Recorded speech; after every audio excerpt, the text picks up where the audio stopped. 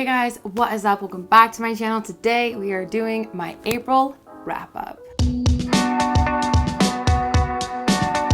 So I'm obviously filming this pretty late in the month. It is Monday, May 11th today, and I definitely wish I would have gotten this done sooner. But it's fine, not a big deal. But before we get on into things, if you want to see what I'm up to on a daily basis, Twitter and Instagram are the best place to do it. It's just like my YouTube at Kendra Cus. And then I do have a Bookstagram, which is just at Kendra Cus Reads if you want to see that kind of content. But you know what? Let's just go ahead and get right on into it. So I'm going to start off with the first book I read and then go from there. So the first book I read in the month of April, I actually have 2 copies of. And it is The 100,000 Kingdoms by N.K. Jemisin.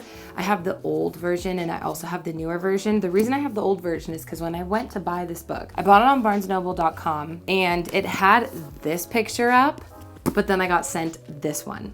So that was fun, that was cute. And then I remember Carly, I think it was Carly, she posted about it and I was like, no way, where'd you get the new one? And she said it was on Amazon. So I went and got the new one on Amazon. But honestly, like, okay, this cover's a lot cleaner, right? But I kind of like the color scheme on this cover a little bit more, but that's fine. Let's talk about this book. So, The 100,000 Kingdoms is about a girl named Yena whose mother dies and then she gets summoned to like the big kingdom, which is like up in the sky, and she doesn't know why she's summoned there, and then just lots of things ensue. It's kind of a very vast and big story that was beautifully composed into a novel, and this is actually a trilogy. However, I think that you could read this as a standalone. I haven't decided if I'm going to continue on this series. Heather from Aphrodite Reads loves this book, and she's the reason I picked this book up in the first place. And she read the second book immediately, I think because she loved this one so much. And she definitely said that the second book like wasn't her cup of tea. It was kind of disappointing. And I think I might feel the same way because the second book isn't about the same girl or the same love interest. It's about a different character. And I think it would be interesting to read about, but I just don't think like the stakes would be as high. I don't think that the vast scale of this story and plot would match. Like I just, from what Heather said, it seems like a lot smaller. And I do really, really want to read it, but I don't know if I can get myself there. I gave this book 5 stars. I was floored by how much I loved this. The romance in this book is the exact kind of romance I look for. I saw some people on Goodreads say that they were so in love with this book and they didn't know why, and I feel exactly the same. Like, I was able to like compose my thoughts and figure out why I loved it, but like my overall view was like, this book was a 5-star book. I'm obsessed with it, but like how and why and where. And I think one of the main reasons is I'm such a whore for the kind of romance in this book, which it almost feels doomed from the start. That is just something that like literally immediately just sucks me in. Our main love interest, Nahadath, I think a lot of times you just call him Naha, which like is so much easier than Nahadath. He's like that damaged dark boy on the surface level, but when you really get to know his character and see like all the fissures of just like personality and depth to his character, it's just amazing. And the chemistry between him and Yena and the like tension, the sexual tension just is so palpable and thick, and you can literally just feel it as you're reading this book. One of the things that Heather said in her review was that N.K. Jemisin had such an amazing way of taking these gods and making them human. Like, they're still all powerful gods, right? But like they have human emotions, human thoughts, they make mistakes. Like, she turned them into humans rather than just gods, and it made this book so intriguing. I loved the mythology in this book. I loved the vastness of this plot and this world within this kingdom, and it was just so amazingly done. I was just shook by this book. I was floored. I loved it so much, and 5 stars. I definitely recommend this to somebody. One thing I will say is that like the writing is a little different. Like, the author often writes as if she's telling the story exactly to you, like directly to you, which is really, really awesome. But I do find it took me a while to fully grasp it. Like, it was kind of very hard for me to understand at the beginning. And then once I got about 20% of the way through, it's like I never had any questions. I was so in love with this book. Brilliant, brilliant. The next book I read, I actually don't have it with me, and it is House of Salt and Sorrow. I lent it to my friend, and I think she's really gonna like it, so I think it was a good decision. This is another book that is one of Heather's favorites. Not that this is a tribute to Heather, but it very well could be. Okay, this whole video very well could be a tribute to Heather. But I loved this book. I knew I was gonna go into it liking it. I didn't expect to very much enjoy it as much as I did. Like, one of my favorite things about this book, which I've never read before, was the like thriller, almost horror-like aspect. I've never read a thriller really before, and I've never been intrigued by them truly. Like, it's just not my thing, but I really liked the spookiness of it. It kind of gave me similar vibes to one of my favorite movies, which is Crimson Peak. Although Crimson Peak definitely is more on the horror side, this definitely has not as many like horror moments, I guess you could say, but the like dark gothic vibes of this book mixed with the sea aspect of it. Chef's kiss, honestly. I give it a 4.5 out of 5 stars. There was just a couple things where I was like, I'm not sure if I'm in love with that, but the overall majority of the book, I loved this. I would recommend this to everyone. Even if you're scared of scary things, I think you could get through this. The story is just so brilliant. I loved kind of like the twist at the end, and I really liked the main character. I thought she was so easy to like get along with as a reader and to understand her decisions and all of that.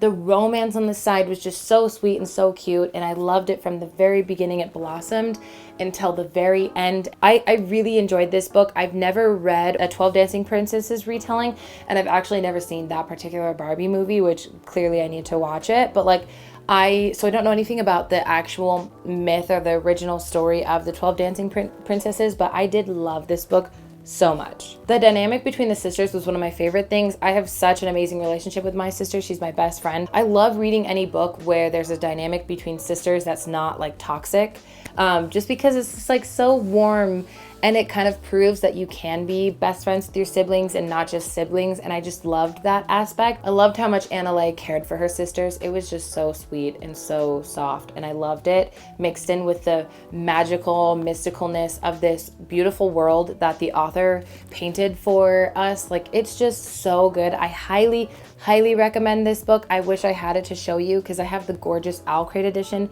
which is just a little bit more colorful than the original, but it's fine. It's fine. I really like this book. I definitely see myself potentially rereading it in the future. It is a standalone, unfortunately, and I mean, it is fortunate. I actually really like standalones, but I wouldn't mind just more of the world. You know what I mean? It's fine. It's fine. But the story did wrap up perfectly. There's no need for more of the story, essentially, is what I'm trying to say. And then when we get on into the next group of books I read, they're all from the same series, so I don't even feel like I need to like differentiate. I feel like I can just wrap up my thoughts as a whole. I will talk about each book a little bit, but obviously to avoid spoilers and to kind of keep things concise, I will just kind of talk about it as a whole for the majority of my review.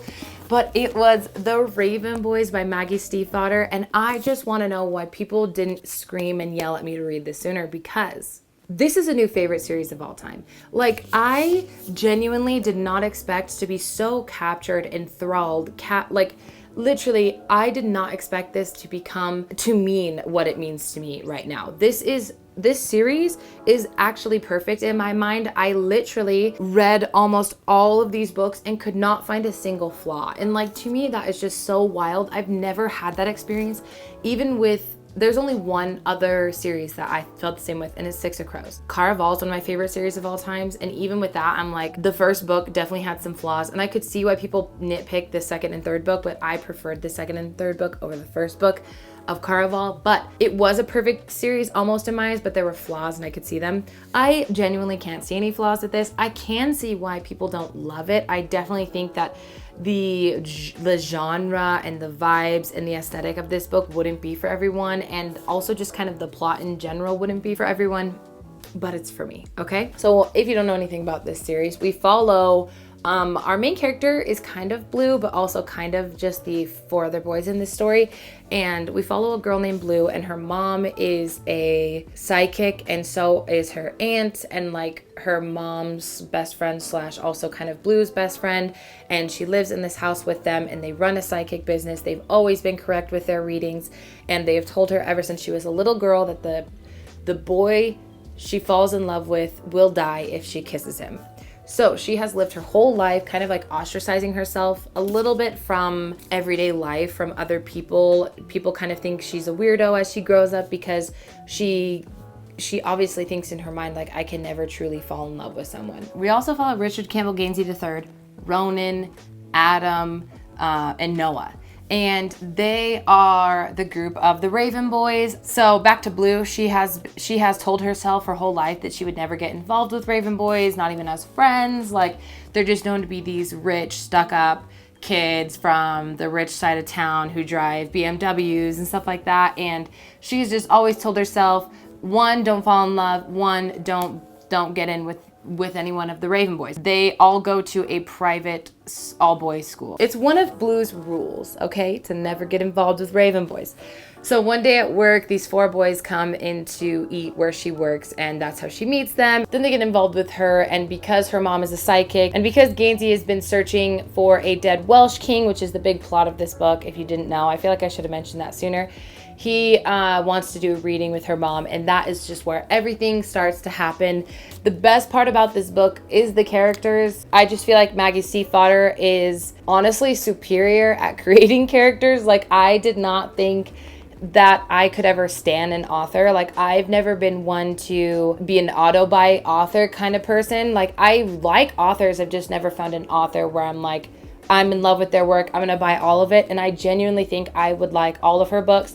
I already bought the sequel. Well, the sequel series. Why can't I think of the right word? Which is about Ronan, and it's called. I have it somewhere. I don't know where it is. Call Down the Hawk. I bought that, and I plan on reading that this month. And I also want to read the Scorpio Races, which I think, the Scorpio Races right here on the back of this book. I just think that I would love all of her work because of how much I'm obsessed with the way she writes, the way she is so atmospheric, as well as focusing so heavily on the characters. I've never really read an author who exceeds at both of that, and it was just amazing, purely amazing. I give it 5 stars. I don't know if that's obvious. The next book in the series is The Dream Thieves, obviously, and it's more focuses on Ronan and his story, which is very important. I'm obviously not going to get into much. I don't want to obviously spoil anything if you haven't read this. I'm honestly so mad at myself for not filming a vlog of me reading this series. I feel like truly that would have been not only amazing for BookTube, but also amazing for me because I could have gone back and rewatched it whenever I wanted to and just felt how amazing, like relive how amazing it felt to be reading this series for the first time. So amazing. So amazing. And then the next book is Blue Lily Lily Blue, which definitely focuses a little bit more on Blue, which I was so happy for because if there's a bias I have, it's definitely towards Blue and Gainsey. But I just feel like Blue and you know when you find those characters that are really similar to you in books, I genuinely feel like I'm pretty similar to Blue. I think she's an Enneagram 4, which I always try and type characters. Not really, I don't have enough knowledge to type people. I just Google it and then, see what other people are saying and kind of compile my thoughts that way. But I definitely think she's a type 4, I think, and I just really vibe with her. I never once disagreed with her thoughts or her actions or the decisions she made. Like, it just always made sense to me in my mind. I loved Blue so much. I loved her spunkiness and her personality and how she was just fully always herself and so authentic and genuine. And I've never really read a main character just like her, and I was so excited for this book. There are some lines in this book and in The Dream Thieves that literally make my heart melt. And then, obviously, last but not least, I read The Raven King by Maggie Stiefvater. This was also 5 stars. All of these books are 5 stars. I actually don't think I've ever read a series that every single book was 5 stars. So that's just when like, here's the thing too, I'm actually very critical when rating books. Like, a lot of it, obviously, if I fall in love with certain characters, then it already has a big bias. But I'm going to be 100% honest in my reviews, and I'm typically very, very critical. Like, even books that I love, I try not to give them 5 stars if I'm not obsessed. This series was perfect to me. Like, I can't even tell you. This book was such an amazing end. Now, I will say there's probably more in this series that could have been wrapped up, but I do think the way that Maggie Stiefvater wrapped up this entire series made perfect sense to the characters and the plot and the importance of things that had happened in previous books and all of that stuff. It is just So amazing. I cannot get enough of this. I honestly just want to reread them. As soon as I closed this book, I wanted to reread it again because there's a lot that you learn in this book that would make the entire reading experience so much different knowing what you know in this book. And I feel like it would just I cried in this book. Oh my, like I just can't. I can't talk about it enough. Richard Campbell Gainsey III is one of the most important people in the entire world to me. He definitely is high up on the list of like book boyfriends. I like to call him that. I don't know why. Maybe it just makes me sound like a loser, but obviously 5 stars for the entire series. I would recommend that to everyone. Not only are they so brilliant, they're also very quick reads. And then I read the novella Opal by Maggie Stiefvater. It just follows right after the Raven cycle, but it follows a different character that you meet in this series. And I don't really want to talk too much about it because it kind of is a little bit of a spoiler for a certain character's story. But you meet a character named Opal, and you get to follow along 2 characters from the book, but from her perspective. And you get to learn a lot more about her, but you also get to learn a lot more about those 2 characters and see what they're doing after this series. And it was just such a touching little end to the series, and it gave you just a little bit more, and it was just so sweet, and I loved it. And I definitely would recommend it if you've read the series but you haven't read Opal. It's so worth it. You could read it in like an hour or something like that. Like, it's not that long at all. I think the ebook was like 60 pages or something, like super short. So 5 out of 5 stars for the entire Raven Cycle series. It is one of my favorite series of all time. It's definitely up there, like way up there on the list. It's so amazing. Maggie Stiefvater, her writing is everything to me. Her characters are everything to me. Richard Campbell Gainsey III is everything to me. Blue is everything to me. Like, I loved all of these characters. There were characters that you start out hating, and then by the end, they're some of your favorites. It's just wild. It's so good. Oh my gosh. Okay, so good. Okay, and those are all the books I read this month. That was 6 books plus a novella, so like almost 7 books. But I don't really like to consider a novella as a full book, but you know what? It's a book. So 6 books plus a novella, so 7 books. And I really, really enjoyed all of them. I remember at the beginning of April, I turned to Sam and I was like, I want this to be a month that I'm only reading 5 stars. And I got really close because House of Salt and Sorrow was 4.5 stars, but it was so good. I have no complaints. Like, I had an amazing April when it comes to reading. May, not so much, but don't worry, you'll learn about that in the May wrap up and stuff. But like, I cannot tell you how happy I am with my April reading. It was my birthday month, and I just wanted it to be amazing, especially with quarantine going on and being in like a little depression. And I wanted to like just fully invest myself into some amazing books. And I got that. You know what? I got that. Okay guys, so that is going to be it for today's video. If you enjoyed it, just give it a thumbs up. Just let me know by just clicking that thumbs up. And also let me know down in the comments if you've read any of these books, how you feel about these books, if you have any different opinions than me. I love conversating with you guys down there, so let me know. But anyways, I'm going to stop rambling. I need to drink some water because I'm very dry, and that's gonna be it. I hope you guys have a great morning, noon, evening, day, night, whenever happens to be that you're watching this video, and I'm gonna see you in my next one, okay? Bye.